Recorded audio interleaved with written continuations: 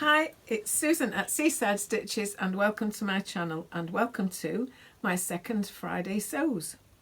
It's a dull and dreary day in Lancashire today and I thought I would cheer you up with showing you some very bright fabric. The first thing I want to do is thank everyone for watching my first video. I can't believe it. I'm so thrilled. There were so many views, so many thumbs up, so many people subscribing and so many lovely comments.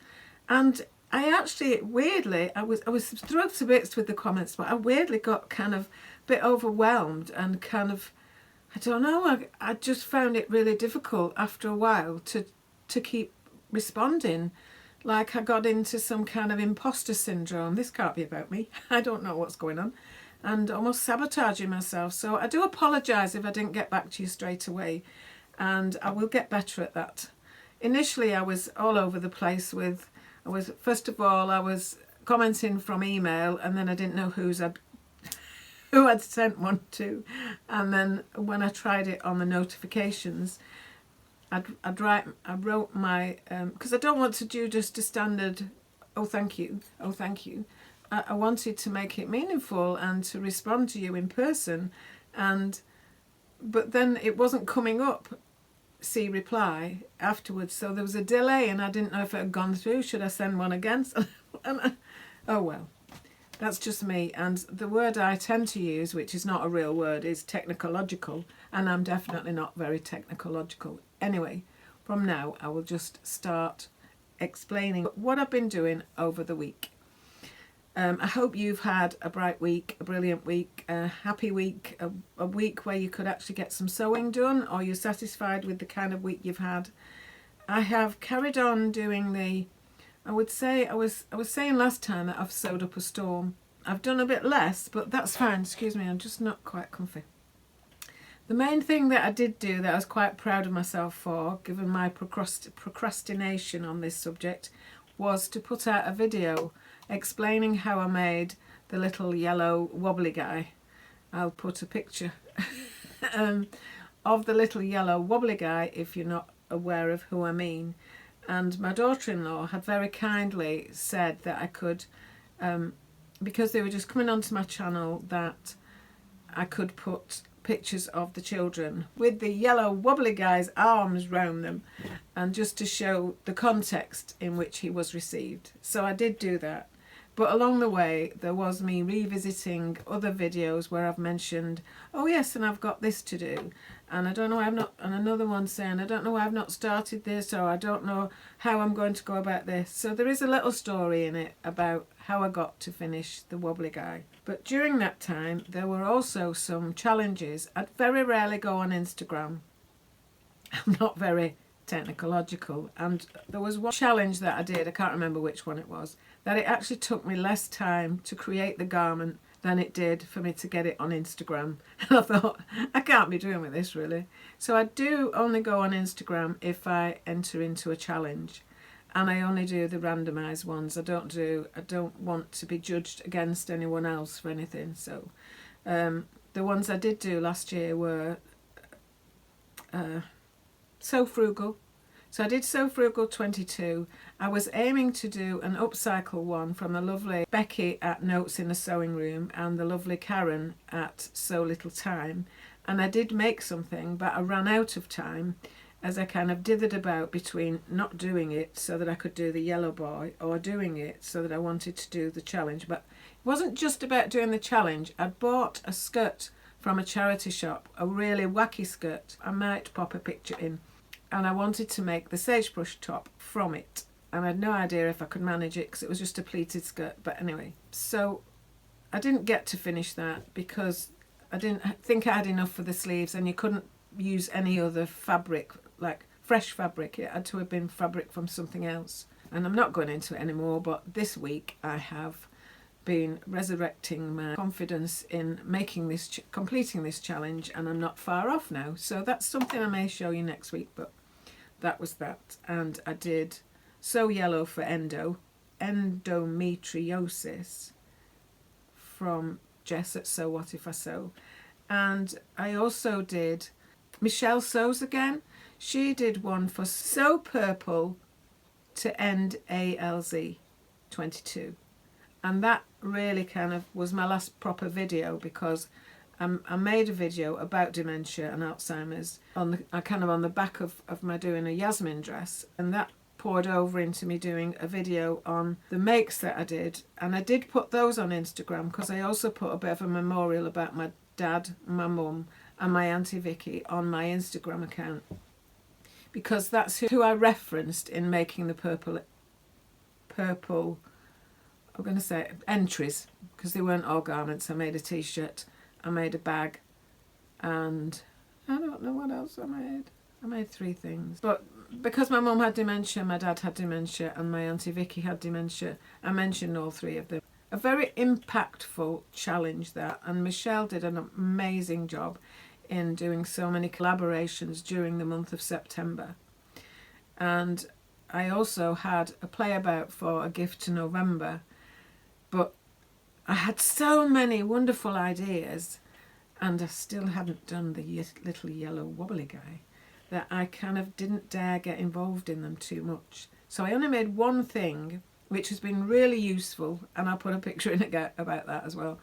So on this day 2 of Vlogmas, I'm just sharing with you the little organiser that I made, that I use in my sewing room now. I'm not jumping up, because I'm not, it's not quite like a Zoom where I'm in my underpants and just my top showing.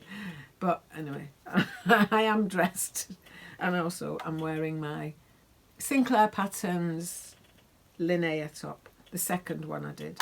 Yeah, I really like this pattern. It goes together really easily. I've still to look at. I made 2 very quickly together in January on my Just Get Warm for January theme, and yeah, there's just a bit too much room in the back for me across the waist. So I'm going to work out when I do another one, when it matters to me, I will alter that and put in some kind of sway back adjustment.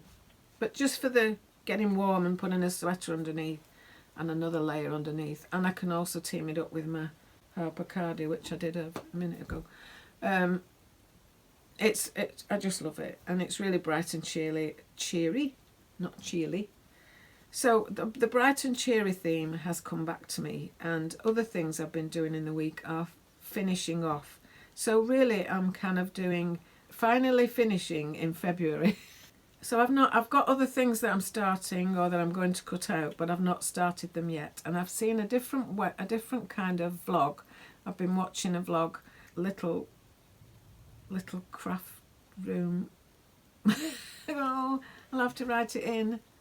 But Davina does some amazing vlogs, and the way she talks about it is, well, I've got 2 starts, I've got 3 finishes, and I've got so many in progress, because she does cross stitch and embroidery, and she also does some quilting, and she does little bits of tutorials on English paper piecing and all sorts of things. But she's just so encompassing and accepting of people and inspiring. So I love that, and it also seems to help me look at things a different way.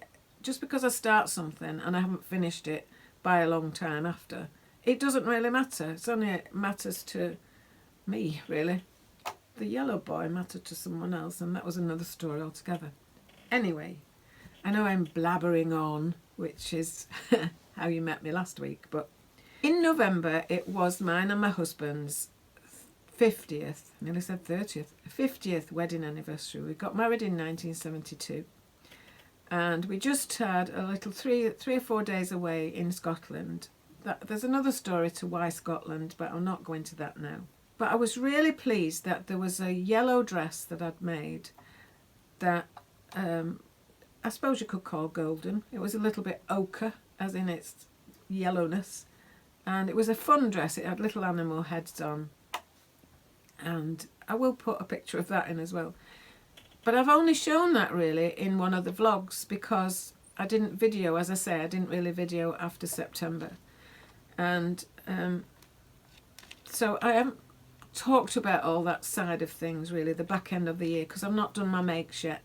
Not done like what did I make in 22 or what did I make in January, or I realised when I went on to edit the little yellow boy together that I've got 5 to 7 videos that have been filmed but not completely edited and not quite ready to put out yet anyway, and that doesn't include my more recent makes from January.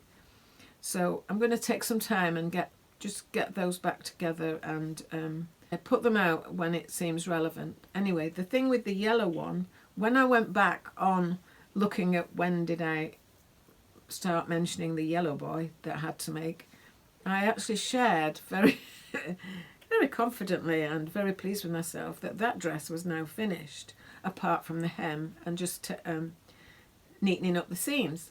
So little did I know that it was then just going to go on my model and just sit there from February 22, and it is now February 23, isn't it? So it was going to sit there until October, November, when I decided that the reason I was not putting a hem on was it didn't feel like it was going to be the right length, and it also dipped a little bit at the back, and I didn't want it to go any shorter. If I levelled that up to the front, I was a bit worried that it would be a bit swingy outy at the back and not very flattering. I had already bought another 1/2 metre because I had wondered whether I might have put a ruffle on the bottom, and I'd forgotten about that 1/2 metre because I went and bought another 1/2 metre, and actually I have put a really good length of ruffle on the bottom and it feels awesome. So just a little bit of another aside from me is that during lockdown, that's when I got back into sewing, and it's only the year after that initial part of the lockdown where I was making quite a few dresses that I realised that my hems kept drooping a little bit to the side, and the way I do them is I stand my mannequin on the table, I use the little measuring thing and go around and just turn up 1/2 inch or whatever it is I need to turn up, and then I measure it all out, and then I tack it together, and then I try it on, and it seems like doing that it fits me, and then when I've sewn it, it's kind of not quite level. And what I've realised is that my right hip has dropped somewhat and is also a little bit further back. So it's not just a postural thing. When I've been to the physio and everything and the GP, I've lost at least 1/2 inch on one side, and it's also in a little bit of a different position. So I feel vindicated that I wasn't getting my hems right. It wasn't me. Well, it was me. But so also that was that other difficulty of, do I go against that and level it off, level with the floor, but have it a little bit not quite right against my hip?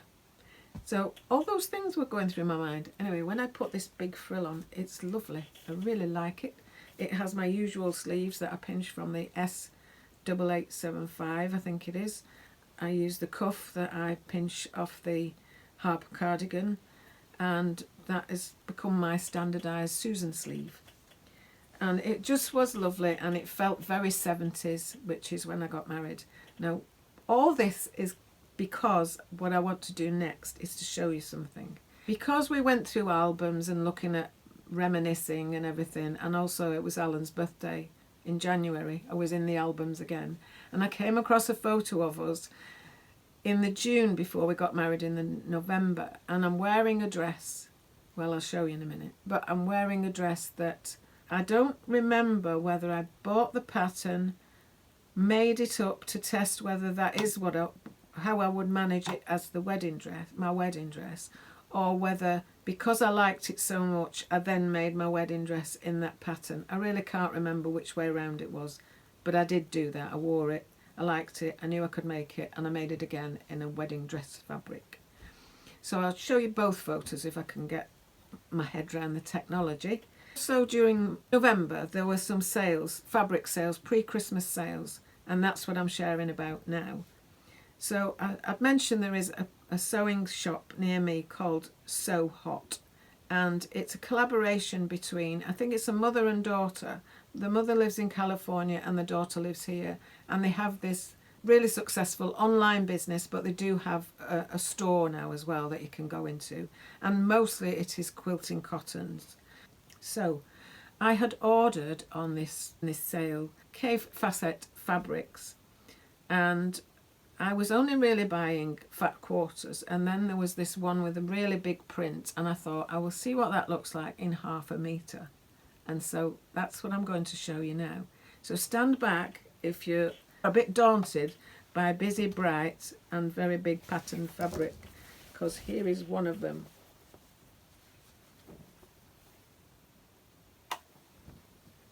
Okay, and here is another one of them.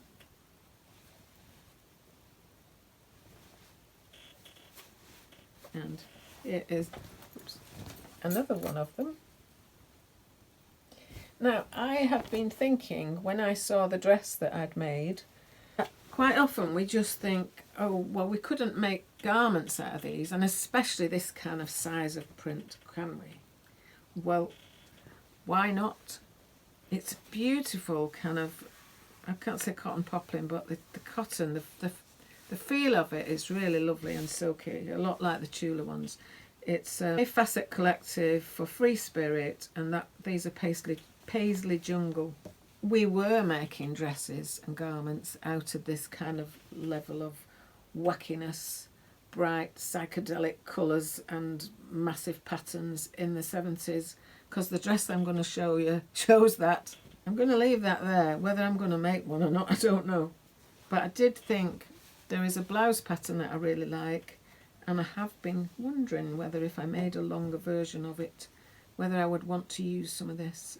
I know the value of this is that you can cut it into 5-inch squares or whatever, 2.5-inch strips, and you've got a wonderfully diverse quilt, but all related to each other or to itself. So I understand the purpose of it, but it's just given me some little ideas. So that's that. And the other thing that I got a pre-Christmas sale in Abercarn, which is kind of, it's all over the world now, but it was started by a family, I think Michael Abercarn, in Austin in Wales in the UK. But they have they have dead stock, and they have just discounted fabric and end of lines from all sorts of things. But this happened to be, and you can buy it by weight. You don't know how much you've got till you take it to the counter, and they'll measure it for you. And there is over 3 yards of this, 3 meters of this. It's a really fine needle cord, and it feels wonderful, but it's just got a musty smell because it's obviously been in their warehouse or someone else's warehouse for quite a while. So I need to wash it, but because it is very wide and there's 3.5 meters, I don't want to put it all in the washing machine at once. So I have been delaying washing it because I don't know what exactly I want to make, and until I do, I don't want to cut it in half lengthways, or if I need something that I'm going to need 2.5 meters for and make it. So I don't know if that'll make sense to you, but this is on hold until I work out exactly what I would like to make. I know that has been a bit rushing, but I think that is more or less all I have to tell you about. I've had some bad news about, I have a very good friend who's had some bad news about health, and so I have been a bit preoccupied with that. And so I don't know if you would like to join me in sending her some love and good wishes for staying well as she can stay while she's going through quite a bit of a health issue.